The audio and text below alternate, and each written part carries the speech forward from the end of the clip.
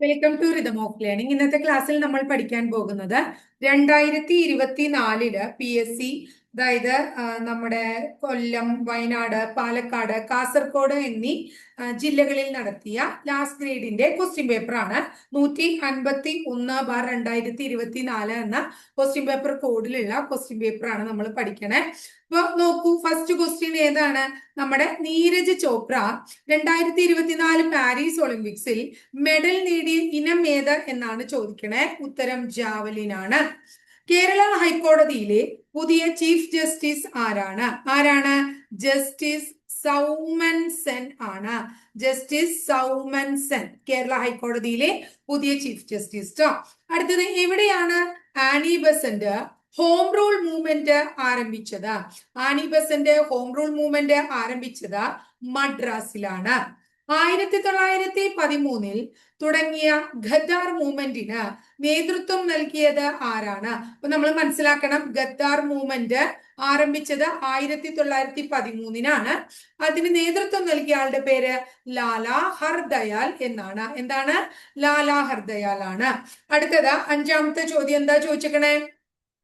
താഴെ പറയുന്നവയിൽ ബാലഗംഗാധര തിലകന്റെ ജേണൽ ഏത് എന്നാണ് ചോദിച്ചിരിക്കുന്നത്. അദ്ദേഹത്തിന്റെ ജേണലിന്റെ പേര് മറാത്ത എന്നാണ്. മറാത്ത മാത്രമല്ല, മറാത്ത അതുപോലെ തന്നെ കേസരി തുടങ്ങിയവ ബാലഗംഗാധര തിലകന്റെ ജേണലുകളാണ്. ഏതാണ്? മറാത്തയും കേസരിയും ട്ടോ. മറാത്ത, കേസരി തുടങ്ങിയവ ബാലഗംഗാധര തിലകന്റെ എന്താണ്? ജേണലുകളാണ്. അടുത്ത ചോദ്യം, 3 വട്ടമേശ സമ്മേളനങ്ങൾ, അതായത് റൗണ്ട് ടേബിൾ കോൺഫറൻസിലും പങ്കെടുത്ത വ്യക്തി ആരാണ്? 3ലും പങ്കെടുത്ത വ്യക്തി ഡോക്ടർ BR അംബേദ്കർ ആണ്.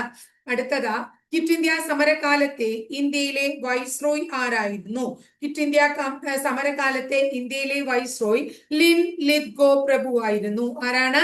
ലിൻ ലിത്ഗോ പ്രഭു ആയിരുന്നു. PSC മെമ്പർമാരെ പദവിയിൽ നിന്ന് നീക്കം ചെയ്യുന്നതിനുള്ള അധികാരം ആർക്കാണ്? രാഷ്ട്രപതിക്കാണ്. PSC മെമ്പർമാരെ പദവിയിൽ നിന്ന് ആര് നീക്കം ചെയ്യും? രാഷ്ട്രപതി. മൗലിക കടമകൾ ഇന്ത്യൻ ഭരണഘടന എവിടെ നിന്നാണ് കടം കൊണ്ടിരിക്കുന്നത്? ഫണ്ടമെന്റൽ ഡ്യൂട്ടീസ് സോവിയറ്റ് യൂണിയനിൽ നിന്നാണ്. രാജ്യസഭ വൈസ് ചെയർമാൻ ആകാൻ വേണ്ട ഏറ്റവും കുറഞ്ഞ പ്രായം, അതായത് മിനിമം എത്രയാണ് വയസ്സ്? 30 വയസ്സുള്ള ആൾക്കാർക്ക് രാജ്യസഭ ചെയർമാൻ പദവിയിൽ ഇരിക്കാൻ, രാജ്യസഭ വൈസ് ചെയർമാൻ പദവിയിൽ ഇരിക്കാൻ കുറഞ്ഞ പ്രായം ഏതാണ്? 30 വയസ്സാണ്. ഏതാണ്? 30 വയസ്സാണ് രാജ്യസഭ അംഗം ആകാനുള്ള കുറഞ്ഞ പ്രായം എന്ന് ഓർത്തോളോ. അടുത്ത ചോദ്യം, ഭരണഘടനാ ഡ്രാഫ്റ്റിംഗ് കമ്മിറ്റിയിൽ അംഗമല്ലാത്ത ആൾ ആരാണ്? ഡോക്ടർ രാജേന്ദ്ര പ്രസാദ്. ഇപ്പൊ BR അംബേദ്കർ ആയാലും അല്ലാടി കൃഷ്ണസ്വാമി അയ്യർ, KM മുൻഷി, ഇവരൊക്കെ തന്നെ നമുക്കറിയാം ഭരണഘടന ഡ്രാഫ്റ്റിംഗ് കമ്മിറ്റിയിലെ അംഗങ്ങളായിരുന്നു. ഡ്രാഫ്റ്റിംഗ് കമ്മിറ്റിയിലെ എത്ര അംഗങ്ങൾ ഉണ്ടെന്ന് നമ്മൾ പഠിച്ചേക്കണേ? 7 അംഗങ്ങളാണ്. ഡ്രാഫ്റ്റിംഗ് കമ്മിറ്റിയിലെ അംഗങ്ങളുടെ എണ്ണം എത്രയായിരുന്നു? ഉണ്ടായിരുന്ന അംഗങ്ങളുടെ എണ്ണം ഒന്ന് ഓർത്തു വയ്ക്കുക, 7 ആണ്. മതസ്വാതന്ത്ര്യത്തിനുള്ള വ്യക്തിയുടെ അവകാശം സംരക്ഷിക്കുന്ന ഭരണഘടനാ അനുച്ഛേദം ഏതാണ്? മതസ്വാതന്ത്ര്യമാണ്. എന്താണ്? മതസ്വാതന്ത്ര്യമാണ്. അത് ആർട്ടിക്കിൾ 25 ആണ്. മതസ്വാതന്ത്ര്യം ഏതാണ്? ആർട്ടിക്കിൾ 25. അപ്പൊ നമുക്ക് കുറച്ച് ആർട്ടിക്കിളുകൾ പഠിക്കാണ്ട്, അമെന്റ്മെന്റ്സ് നമ്മൾ പഠിച്ചു കഴിഞ്ഞിട്ടുണ്ട്. കുറച്ച് ആർട്ടിക്കിൾ ഹോട്ട് ടോപ്പിക്സിന്റെ ക്ലാസ്സിൽ നമുക്ക് പഠിക്കാം കേട്ടോ. രണ്ടാം ബർദോളി എന്നറിയപ്പെടുന്ന സ്ഥലം ഏതാണ്? പയ്യന്നൂരാണ്. 1936 ക്ഷേത്രപ്രവേശന വിളംബരം നടത്തിയ തിരുവിതാംകൂർ മഹാരാജാവ് ആരാണ്? ശ്രീ ചിത്തിര തിരുനാൾ ബാലരാമവർമ്മയാണ്. അടുത്തത്, ആരുടെ അഭ്യർത്ഥന മാനിച്ചാണ് 1932 ഒക്ടോബർ 2 കേളപ്പൻ ഗുരുവായൂർ സത്യാഗ്രഹം ആരംഭിച്ചത്? ആരുടെയാണ്? ഗാന്ധിജിയുടെ അഭ്യർത്ഥന മാനിച്ചാണ്. ഈ രണ്ടാം ഈഴവ മെമ്മോറിയൽ എന്നറിയപ്പെട്ട 1900 ഈഴവ മെമ്മോറിയൽ സമർപ്പിക്കപ്പെട്ടത് ആർക്കായിരുന്നു? ലോർഡ് കേഴ്സൺ ആയിരുന്നു. അടുത്തത്, മൂലധനം മുഖവുര എന്ന പുസ്തകത്തിന്റെ രചയിതാവ് ആര് എന്ന് ചോദിച്ചിട്ടുണ്ട്. അതായത് ഈ സംഭവം PSC ഡിലീറ്റ് ചെയ്തു. എന്താന്ന് ചോദിച്ചാൽ അറിയില്ല. ബൂർഷ്വാസിയുടെ തലയ്ക്ക് നേരെ തൊടുത്തുവിട്ട ഏറ്റവും മാരകമായ വെടിയുണ്ട എന്ന് വിശേഷിക്കപ്പെടുന്ന കാറൽ മാർക്സിന്റെ മൂലധനത്തിന് EMS എഴുതിയ മുഖവുരയുടെ പേരാണ് മൂലധനം ഒരു മുഖവുര എന്നത് മനസ്സിലാവുണ്ടോ? അത് എന്താ പറയുന്നത്? ശരിക്കും മൂലധനം മുഖവുര എന്ന് പറയുന്നത് ഒരു പുസ്തകമല്ല. EMS എഴുതിയ എന്താണെന്നാ പറയുന്നത്? മൂലധനത്തിന്, കാർൽ മാർക്സിന്റെ മൂലധനത്തിന് EMS എഴുതിയ മുഖവുരയാണ് മൂലധനം ഒരു മുഖവുര എന്നറിയപ്പെടുന്നത്. അതൊന്ന് ഓർത്തു വെക്കുക കേട്ടോ. കാർൽ മാർക്സിന്റെ സാമ്പത്തിക ആശയങ്ങൾ പ്രചരിപ്പിക്കുന്ന കൃതിയാണ് ഏത്? നമ്മുടെ മുഖവുര മൂലധനം എന്ന് പറയുന്നത്. മൂലധനം മുഖവുര എന്ന് പറയുന്നത് EMS ആ മൂലധനത്തിന് എഴുതിയ എന്താണെന്നാ പറയുന്നത്? മുഖവുരയാണെന്നും മനസ്സിലാക്കുക. അടുത്ത താഴെ പറയുന്നവയിൽ ഇന്ത്യൻ സാമ്പത്തിക ആസൂത്രണവുമായി ബന്ധപ്പെട്ട ശരിയല്ലാത്ത പ്രസ്താവന ഏത് എന്നായിരുന്നു ചോദിച്ചത്. പ്ലാനിങ്ങുമായി ബന്ധപ്പെട്ടിട്ടുള്ള കാര്യങ്ങളൊക്കെ നമ്മൾ മുമ്പ് പഠിച്ചു വെച്ചിട്ടുള്ളതാണ്. ഇത് PSC ഡിലീറ്റ് ചെയ്തതാണ്. ഈ ചോദ്യം എന്താണ്? PSC ഡിലീറ്റ് ചെയ്തു. അപ്പൊ ഇതില് ആസൂത്രണ കമ്മീഷൻ നിലവിൽ വന്നു. അപ്പൊ എന്താ പറയുന്നത്? കുറെ കാര്യങ്ങളൊക്കെ ഇതില് ചിലത് തെറ്റുണ്ട്, ചിലത് ശരിയുണ്ട്. അപ്പൊ അതുകൊണ്ട് ഏതായാലും 2-3 പ്രശ്നങ്ങൾ, എന്തെങ്കിലും ചെറിയ പ്രശ്നങ്ങൾ വന്നാൽ അത് ഡിലീറ്റ് ആവുകയാണല്ലോ. അപ്പൊ അതുകൊണ്ട് ആ ക്വസ്റ്റ്യൻ നിങ്ങൾ വിട്ടോളൂ. അതിനെ കുറിച്ച് ഇനിയിപ്പോ ചിന്തിക്കേണ്ട നമ്മള്. ഇനി അടുത്തത് 19ാമത്തെ ചോദ്യം. ഐക്യരാഷ്ട്ര സംഘടനയുടെ ഇതും എന്താ പറയുന്നത്? ഡിലീറ്റ് ചെയ്തതാണ്. ഐക്യരാഷ്ട്ര സംഘടനയുടെ ലോക സന്തോഷ സൂചികയിൽ ഇന്ത്യയുടെ സ്ഥാനം 126 എത്ര രാജ്യങ്ങളാണ് ഈ വിഷയത്തിൽ പഠന വിധേയമാക്കിയത് എന്നുള്ളത് നമ്മൾ നിങ്ങൾ ഇത് പഠിച്ചു വെക്കുക. 2025 പുറത്തുവിട്ട വേൾഡ് ഹാപ്പിനെസ് ഇൻഡെക്സ് പ്രകാരം നമ്മൾ പുതിയ കാര്യമാണല്ലോ പഠിക്കേണ്ടത്. 2025 റിപ്പോർട്ട് പ്രകാരം ഏറ്റവും സന്തുഷ്ടമായിട്ടുള്ള രാജ്യം ഏതാണെന്ന് ചോദിച്ചാൽ ഫിൻലൻഡ് ആണെന്ന് ഓർത്തു വയ്ക്കുക. ഏറ്റവും സന്തുഷ്ടമായ രാജ്യം ഏതാണ്? ഫിൻലൻഡ് ആണ്. ഇന്ത്യയുടെ സ്ഥാനം എത്രയാണ്? 118 ഇന്ത്യയുടെ സ്ഥാനം 118 147 രാജ്യങ്ങളെയാണ് കണക്കിലെടുത്തിട്ടുണ്ടായിരുന്നത്. 147ാമത്തെ രാജ്യം ഏതായിരുന്നു? അഫ്ഗാനിസ്ഥാൻ ആണ് കേട്ടോ. അപ്പൊ ഏറ്റവും അവസാനത്ത് നിൽക്കുന്നത് ആരാണ്? അഫ്ഗാനിസ്ഥാൻ ആണ്. ഇത്രയും കാര്യം ക്ലിയർ ആയല്ലോ. അപ്പൊ ഈ ക്വസ്റ്റ്യൻ അല്ല, ഇത് പഠിക്കുക കേട്ടോ. അടുത്തത് ഇനി എന്താണ്? 20ാമത്തെ നീതി ആയോഗിന്റെ 2023-24 സുസ്ഥിര വികസന റിപ്പോർട്ട് പ്രകാരം കേരളത്തോടൊപ്പം 1ാം സ്ഥാനം പങ്കിട്ടത് ഏതാണ്? ഉത്തരാഖണ്ഡിനാണ്. കേരളത്തോടൊപ്പം 1ാം സ്ഥാനം ആർക്കായിരുന്നു? നമ്മുടെ ഉത്തരാഖണ്ഡിനായിരുന്നു. 2025 നീതി ആയോഗ് പുറത്തുവിട്ട ഫിസിക്കൽ ഹെൽത്ത് ഇൻഡെക്സ് റാങ്കിങ്ങിൽ 2022-23 1ാം സ്ഥാനത്ത് നിൽക്കുന്ന രാജ്യം ആരാണ്? ഒഡീഷയാണ് കേട്ടോ. 2025 പുറത്തുവിട്ട ഫിസിക്കൽ ഹെൽത്ത് ഇൻഡെക്സ്, അതും കൂടി നോക്കുക. ഫിസിക്കൽ ഹെൽത്ത് ഇൻഡെക്സില് റാങ്കിങ്ങില് 2022-23 1ാം സ്ഥാനത്ത് നിൽക്കുന്നത് ആരാണ്? ഒഡീഷയാണ്. കേരളത്തിന് എത്രാമത്തെ സ്ഥാനമായിരുന്നു? 15ാമത്തെ സ്ഥാനമായിരുന്നു കേട്ടോ. 20ാമത്തെ ക്വസ്റ്റ്യൻ ആണ് നമ്മൾ പറഞ്ഞത്. അപ്പൊ അതിൽ 2023-24 സുസ്ഥിര വികസന റിപ്പോർട്ടും പറഞ്ഞു, അതുപോലെ തന്നെ ഫിസിക്കൽ ഹെൽത്ത് ഇൻഡെക്സും പറഞ്ഞു. ഇനി അടുത്തത് എത്രാമത്തെ ചോദ്യമാണ്? 21ാമത്തെ ചോദ്യമാണ്. മുഹമ്മദ് യൂനസിനെ സംബന്ധിച്ച് ശരിയായ പ്രസ്താവനകൾ ഏത് എന്നാണ്. ഇത് PSC എന്ത് ചെയ്തു? ഡിലീറ്റ് ചെയ്തു. മുഹമ്മദ് യൂനസിനെ കുറിച്ച് കുറച്ച് കാര്യങ്ങൾ ടീച്ചർ പറഞ്ഞുതരാം. പാവങ്ങളുടെ ബാങ്കർ എന്നറിയപ്പെടുന്ന വ്യക്തിയാണ് ആര്? മുഹമ്മദ് യൂനസ്. ഇദ്ദേഹം ബംഗ്ലാദേശ് ഗ്രാമീൺ ബാങ്കിന്റെ സ്ഥാപകനാണ്. അതുപോലെ തന്നെ ബംഗ്ലാദേശ് ഗ്രാമീൺ ബാങ്കും പ്രൊഫസർ മുഹമ്മദ് യൂനസും ചേർന്ന് 2006 സമാധാനത്തിനുള്ള നോബൽ പ്രൈസ് എന്നാണ് 2006 ഇദ്ദേഹത്തിന് സമാധാനത്തിനുള്ള നോബൽ പ്രൈസ് ലഭിക്കുകയുണ്ടായി. ഇനി സമൂഹത്തിൽ സാമ്പത്തികമായി പിന്നോക്കം നിൽക്കുന്നവർക്ക് കുറഞ്ഞ നിരക്കിൽ വായ്പ നൽകാൻ 1983 ബംഗ്ലാദേശ് ഗ്രാമീൺ ബാങ്ക് 1983 ഇദ്ദേഹം എന്താണ്? ബംഗ്ലാദേശ് ഗ്രാമീൺ ബാങ്ക് ആരംഭിക്കുന്നത്. ഇനി ബാങ്കർ ടു ദ പുവർ, ഇദ്ദേഹത്തിന്റെ കൃതികളാണ് നമ്മൾ പഠിക്കുന്നത്. Banker to the poor, the story of Grameen bank, The Banker to the Poor, the story of the Grameen Bank. ഇത് ആരുടെ കൃതിയാണ്? മുഹമ്മദ് യൂനസിന്റെ കൃതിയാണ്. അതുപോലെ തന്നെ ബിൽഡിംഗ് സോഷ്യൽ ബിസിനസ്, എന്താണ്? ബിൽഡിംഗ് അടുത്ത കൃതിയാണ്. ബിൽഡിംഗ് സോഷ്യൽ ബിസിനസ്, ഇതും അദ്ദേഹത്തിന്റെ കൃതിയാണ്. ബിൽഡിംഗ് സോഷ്യൽ ബിസിനസ് എന്ന് പറയുന്നതും. A world of 3 zeros, a world of 3 zeros, 3 zeros. Three zeros എന്ന് പറയുന്നതും ഇദ്ദേഹത്തിന്റെ കൃതിയാണ്. ഇതും എന്താ പറയാ 3 കൃതികള് 83-ൽ ബംഗ്ലാദേശ് ഗ്രാമീൺ ബാങ്കിൻ സ്ഥാപിച്ചു. 2006-ൽ അദ്ദേഹത്തിന് എന്ത് ലഭിച്ചു? നോബൽ പ്രൈസ് ലഭിച്ചു. അപ്പൊ അത്രയും കാര്യങ്ങൾ ഓർത്തു വെക്കുക. 22ാമത്തെ ചോദ്യം, എന്താണ് സെബിയുടെ പൂർണ്ണരൂപം? Security and exchange board of India. എന്താണ് security and exchange board of India എന്നുള്ളതാണ് സെബിയുടെ പൂർണ്ണ രൂപം പറയുന്നത്. അടുത്ത 23ാമത്തെ ചോദ്യം, പാരീസ് ഒളിമ്പിക്സിൽ അമേരിക്കയും ചൈനയും നേടിയ മെഡലുകളുടെ എണ്ണം എത്രയാണ്? 40 ആണ് അമേരിക്കയും ചൈനയും നേടിയ മെഡലുകൾ. പാരീസ് ഒളിമ്പിക്സിന്റെ വേദി എന്താണെന്ന് ചോദിച്ചു കഴിഞ്ഞാൽ നമുക്കറിയാം, പാരീസ് ഒളിമ്പിക്സിന്റെ വേദി പാരീസ് തന്നെയാണ്. 2024-ലെ ഒളിമ്പിക്സിന്റെ എന്താ പറയുന്നത് മുദ്രാവാക്യം ഗെയിംസ് വൈഡ് ഓപ്പൺ എന്നാണ്. എന്താണ് ഗെയിംസ്? അതും കൂടെ ഓർത്തു വെക്കുക. വൈഡ് ഓപ്പൺ മുദ്രാവാക്യമാണ് ഗെയിംസ് വൈഡ് ഓപ്പൺ എന്ന് പറയുന്നത്. ക്ലിയർ ആയില്ലേ? ഇനി അടുത്ത ചോദ്യം എന്താണ്? അടുത്ത ചോദ്യം 24ാമത്തെ ചോദ്യം, അഗ്നി സൂര്യ ഇന്ത്യൻ പ്രതിരോധത്തിന്റെ ഭാഗമായ ഈ പേരുകൾ താഴെ പറയുന്നവയിൽ എന്തുമായി ബന്ധപ്പെട്ടിരിക്കുന്നു? മിസൈൽ ആണ്. ഏതാണ്? മിസൈൽ ആണ്. ഇന്ത്യയുടെ ആദ്യത്തെ മിസൈൽ പരീക്ഷണ കേന്ദ്രം എവിടെയാണ്? ചാന്ദിപ്പൂർ ആണ്. ഇന്ത്യയിലെ ആദ്യത്തെ മിസൈൽ പരീക്ഷണ കേന്ദ്രം എവിടെയാണ്? ചാന്ദിപ്പൂർ ആണ്. എവിടെയാണ്? ചാന്ദിപ്പൂർ. ചാന്ദിപ്പൂർ എവിടെയാണ്? ഒഡീഷയിലാണ്. എവിടെയാണ്? ഒഡീഷയിലാണ് കേട്ടോ. അപ്പോ അടുത്തത് ഒഡീഷയിലെ വീലർ ദ്വീപിലാണ് കേട്ടോ.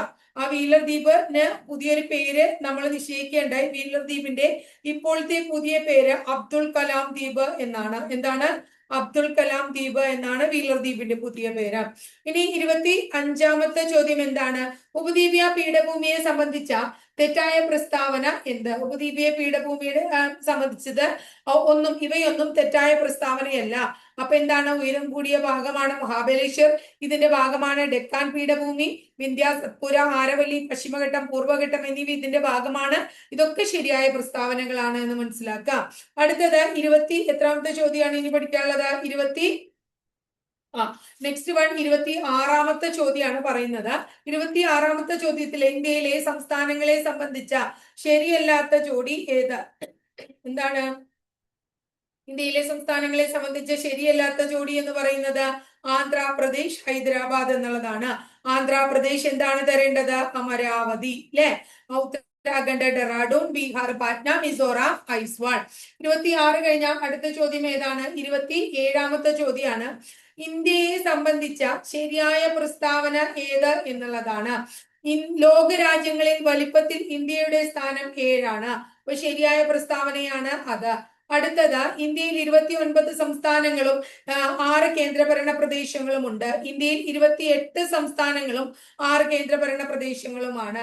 അടുത്ത, ഇന്ത്യയുടെ ഹൃദയം എന്നറിയപ്പെടുന്നത് മധ്യപ്രദേശ് ആണ്. അപ്പോ 1ഉം 3ഉമാണ് ശരി. 27 എന്താണ് ശരി? 1ഉം 3ഉമാണ് ശരി കേട്ടോ.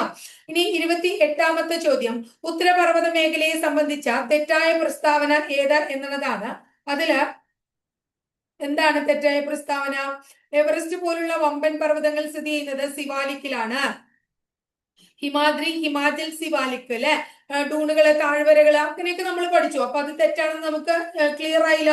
അപ്പൊ അതുകൊണ്ട് അത് ക്ലിയർ ആയിട്ട് നമ്മൾ ഓൾറെഡി പഠിച്ചു വെച്ചിട്ടുള്ളതാണ്. അപ്പം 3ാമത്തെ തെറ്റ്, ഉത്തരപർവ്വത മേഖലയിൽ സ്ഥിതി ചെയ്യുന്ന പർവ്വതനിരകളുടെ അടിസ്ഥാനത്തിൽ ട്രാൻസ് ഹിമാലയ, ഹിമാലയ, പൂർവാചൽ എന്നിങ്ങനെ തിരിച്ചിരിക്കുന്നു. ഇനി ഭൂമിശാസ്ത്രപരമായ പ്രത്യേകതകളുടെ അടിസ്ഥാനത്തിൽ ഹിമാലയൻ നിരകളെ ഹിമാദ്രി, ഹിമാചൽ, ശിവാലിക് എന്ന് തിരിക്കുന്നു. നാഗ, ഗാരോ, ഗാസി കുന്നുകൾ പൂർവാചലിൽ സ്ഥിതി ചെയ്യുന്നു. ഇതൊക്കെ നമ്മൾ പഠിച്ചിട്ടുള്ളതാണ്.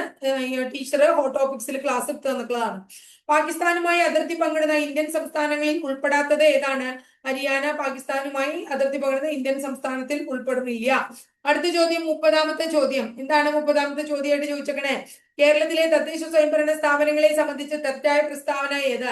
941 ഗ്രാമപഞ്ചായത്തിന്റെ ശരി, 87 മുനിസിപ്പാലിറ്റി, 6 കോർപ്പറേഷൻ ശരി, അർദ്ധ നഗരപ്രദേശങ്ങളിൽ ഭരണം നടത്തുന്നത് നഗരപഞ്ചായത്തുകളാണ് ശരി, നിരവധി ഗ്രാമപഞ്ചായത്തുകൾ ചേർന്നാണ് വാർഡ് പഞ്ചായത്ത് തെറ്റ്. അപ്പൊ ഏതാണ് തെറ്റ്? ഓപ്ഷൻ ഡി അല്ലെ, 4 ആണ് തെറ്റ്.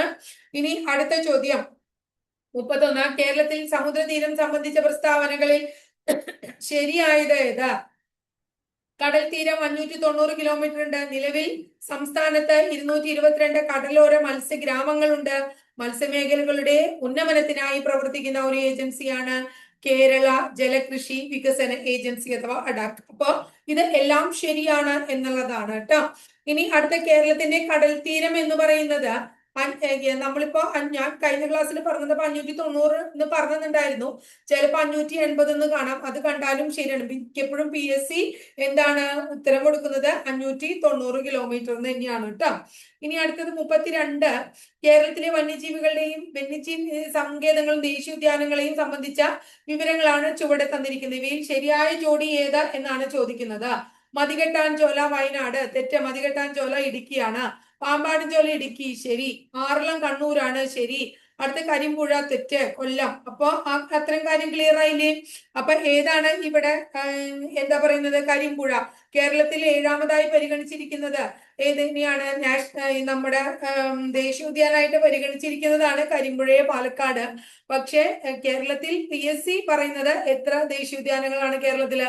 5 ദേശീയോദ്യാനാണ്. ഇരവികുളം, സൈലന്റ് വാലി, മതികെട്ടാൻചോല, ആനമുടിച്ചോല, പാമ്പാടുംചോല കേട്ടോ. അപ്പൊ അത്രയാണ് നമ്മള്. അപ്പൊ ഇത് കരിമ്പുഴ പാലക്കാടാണെന്ന് ഓർത്തു വെച്ചാൽ മതി. ഇനി 33. കേരളത്തെ സംബന്ധിച്ച പ്രസ്താവനകളിൽ ശരിയായത് കണ്ടെത്താനാ പറഞ്ഞേക്കണേ. നോക്കൂ.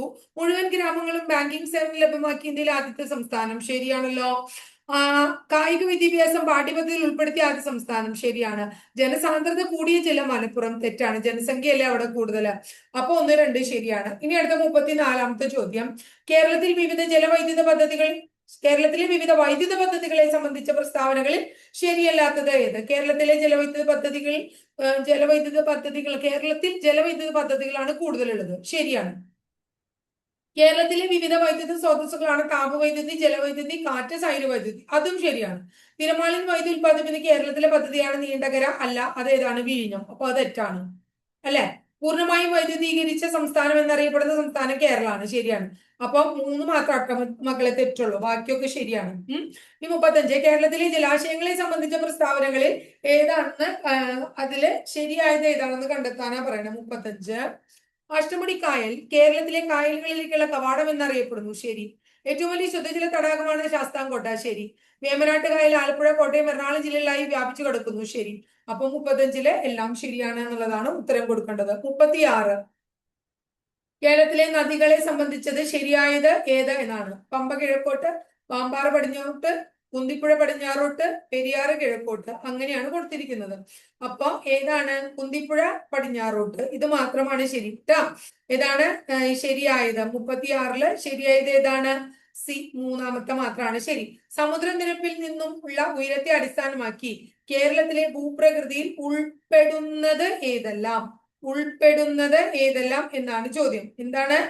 നമ്മള് ഉത്തരം കൃത്യമായിട്ട് വായിച്ചിട്ട് മാത്രം ആൻസർ എഴുതുക.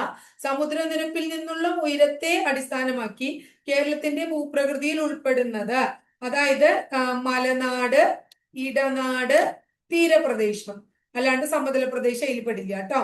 ഇനി 38. തിരുവല്ല പപ്പൻ എന്നറിയപ്പെടുന്ന തോമസ് വർഗീസ് ഏത് ഒളിമ്പിക്സ് കായിക ഇനത്തിലാണ് മത്സരിച്ചത്? തിരുവല്ല പാപ്പൻ എന്നറിയപ്പെടുന്ന ഇന്ത്യൻ ഫുട്ബോൾ ചരിത്രത്തിലെ ഇതിഹാസ താരമാണ് തേന്മാടത്തിൽ മാത്യു വർഗീസ്, അല്ലെ? അപ്പോ സ്വതന്ത്ര ഇന്ത്യയിൽ ആദ്യമായി ഒളിമ്പിക്സിൽ പ്രതിനിധീകരിച്ച ഫുട്ബോൾ ടീമിലെ മലയാളി താരമാണ് ആര്? ഇദ്ദേഹം, അല്ലെ? വിളിപ്പേരുകൾ തിരുവല്ല പാപ്പൻ, ടാറ്റാസ് പാപ്പൻ എന്നീ പേരുകളിലൊക്കെ ഇദ്ദേഹം അറിയപ്പെടുന്നുണ്ട്. ഇതൊക്കെയാണെങ്കിലും ഇത് പറഞ്ഞിട്ടുള്ളത് ശരി തന്നെയാണ്. പക്ഷെ 38 PSC ഇതില് ഡിലീറ്റഡ് ആണ്. അപ്പോ അതെന്താന്ന് ചോദിച്ചാൽ അറിയില്ല, അത് ഡിലീറ്റ് ചെയ്തിട്ടുണ്ട്.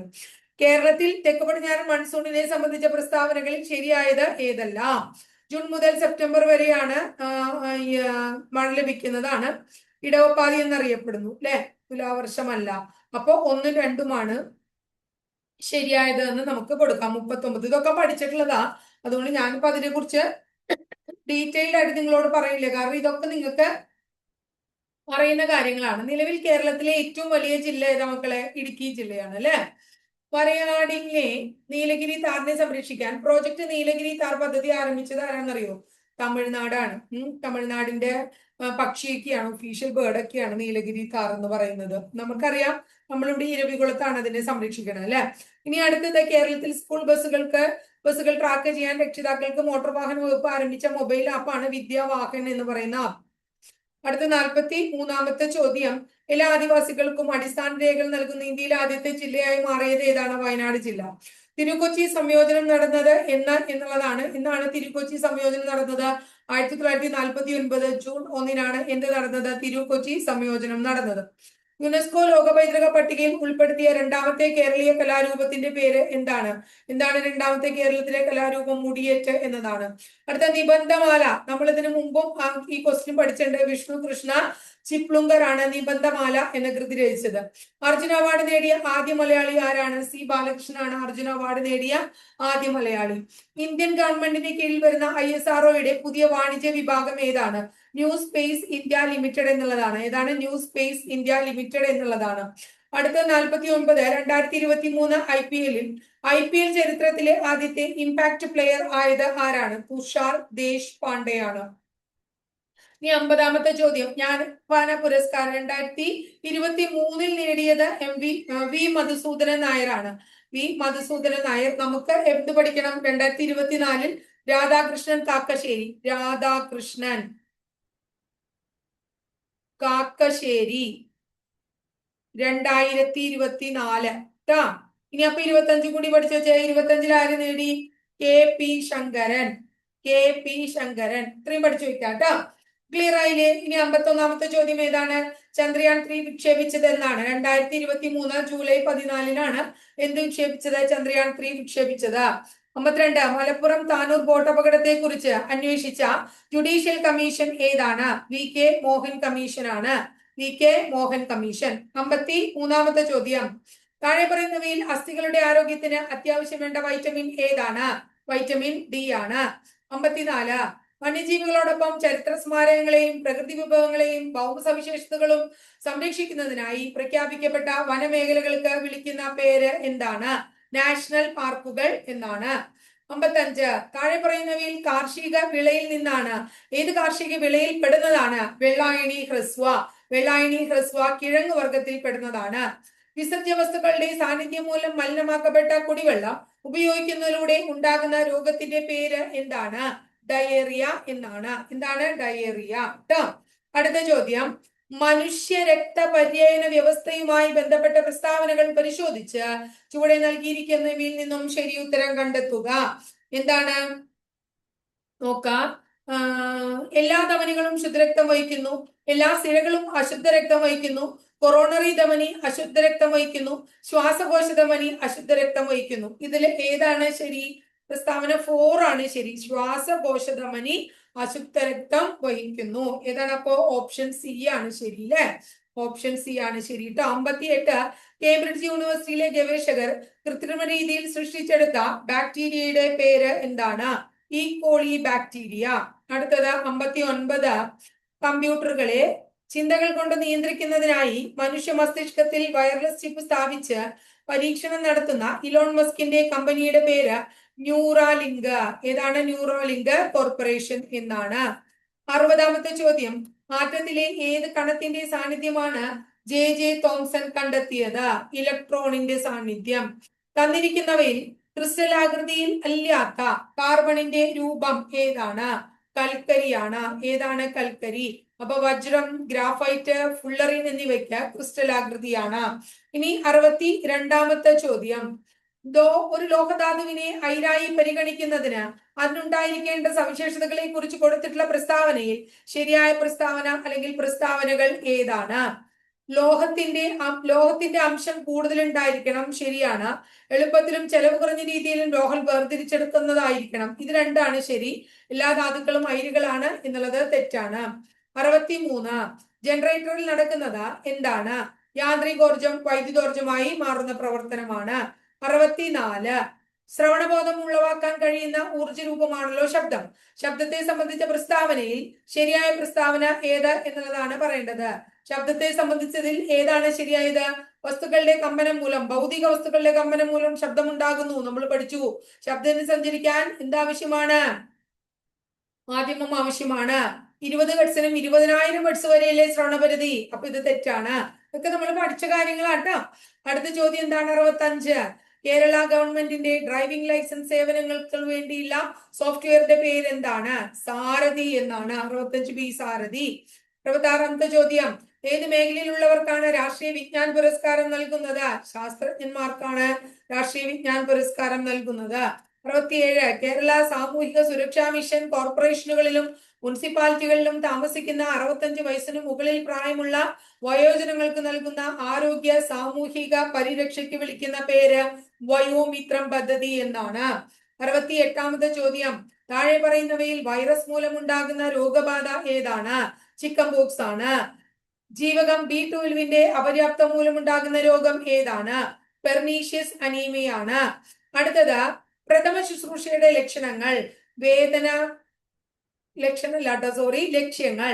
വേദന കുറയ്ക്കുക, ഗുരുതരാവസ്ഥ ഒഴിവാക്കുക, ജീവൻ രക്ഷിക്കുക, ഇതൊക്കെ പെടും. അപ്പൊ മുകളിൽ പറഞ്ഞവയെല്ലാം പെടും കേട്ടോ. അടുത്ത ചോദ്യം എന്താണ്? 71.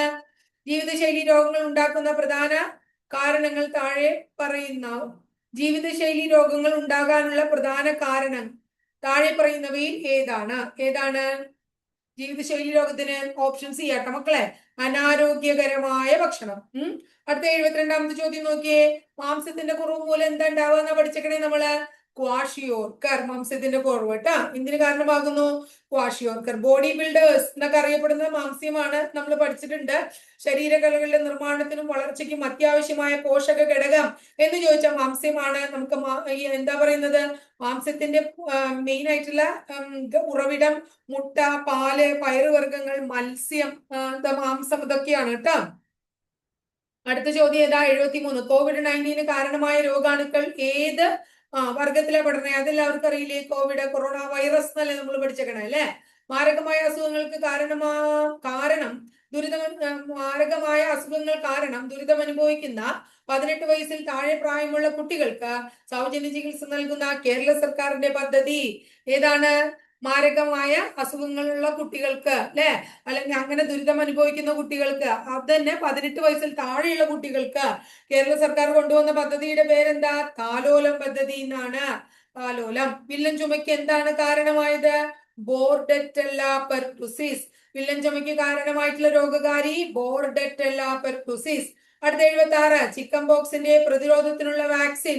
ചിക്കൻ ബോക്സ് പ്രതിരോധിക്കാൻ നമ്മൾ കൊടുക്കുന്ന വാക്സിൻ ഏതാണ്? Varicella vaccine. ഏതാണ്? Varicella vaccine. ആന്റിബയോട്ടിക്കിന്റെ അമിത ഉപയോഗം തടയുന്നതിനായി കേരള സംസ്ഥാനം ആരംഭിച്ച പുതിയ പദ്ധതിയുടെ പേരെന്താ? ഓപ്പറേഷൻ അമൃത് എന്നാണ്. ഓപ്പറേഷൻ അമൃത് അല്ലെ. 2023 ഇന്ത്യയിൽ ഏറ്റവും കൂടുതൽ മരണം ഉണ്ടാക്കിയ ജീവിതശൈലി രോഗം ഏതാണ്? ഹൃദ്രോഗമാണ്. കേരള സംസ്ഥാന ആരോഗ്യ ഏജൻസി 2023-24 ശ്രവണ വൈകല്യം ബാധിച്ച 5 വയസ്സിൽ താഴെയുള്ള കുട്ടികൾക്ക് കോക്ലിയർ ഇംപ്ലാന്റേഷൻ ശസ്ത്രക്രിയ സൗജന്യമായി നൽകാനായിട്ട് ആരംഭിച്ച പദ്ധതിക്ക് എന്ത് പേരിട്ടാണ് വിളിക്കുന്നത്? എന്താണ് പദ്ധതിയുടെ പേര്? ശ്രുതി തരംഗം. ഇതൊക്കെ ടീച്ചർ പറഞ്ഞു തന്നിട്ടുള്ള ചോദ്യങ്ങളാണ് കേട്ടോ. കേരള സർക്കാരിന്റെ ദിശ ഹെൽപ്പ് ലൈനിന്റെ നമ്പർ എത്രയാണ്? ദിശ ഹെൽപ്പ് ലൈൻ നമ്പർ 1056 എന്നുള്ളതാണ്. അപ്പൊ നമുക്ക് കുറച്ച് ഹെൽപ്പ് ലൈൻ നമ്പറുകളൊക്കെ ഉണ്ട്. അതൊക്കെ ടീച്ചർ അടുത്ത ദിവസം ഹോട്ട് ടോപ്പിക്സിന്റെ ക്ലാസ്സുകളിലായിട്ട് പഠിപ്പിച്ചു തരാം കേട്ടോ. പിന്നെ 80 ക്വസ്റ്റ്യൻ പഠിച്ചു. ഭംഗിയായിട്ട് പഠിക്കുക. ഓരോ ഇന്നത്തെ ക്വസ്റ്റ്യനിൽ കുറച്ച് നമുക്ക് ചില കാര്യങ്ങളൊക്കെ അറിയാത്തതുണ്ട്. അപ്പൊ ഭംഗിയായിട്ട് പഠിച്ചു മുന്നോട്ട് പോവാ. ഇനി സമയം കുറവുള്ളൂ. എന്താ പറയാ, 2-ാം തീയതി കഴിഞ്ഞ് 3-ാം തീയതി ആയി. അപ്പോ ഇനി നമുക്ക് ഈ മാസത്തില് എന്താ പറയുന്നത്, ഒരു 15 ദിവസമായി, 18 പിന്നെ 1 മാസം 15 ദിവസം മാത്രമേ നമ്മുടെ മുന്നിൽ കിടക്കണുള്ളൂ. അപ്പൊ അതിന്റെ ഗൗരവം ഉണ്ടാവണം കേട്ടോ നിങ്ങൾക്ക്. ഓക്കെ, അപ്പൊ അടുത്ത ദിവസം മറ്റൊരു ക്വസ്റ്റ്യൻ പേപ്പറുമായി നമുക്ക് വീണ്ടും കാണാം കേട്ടോ.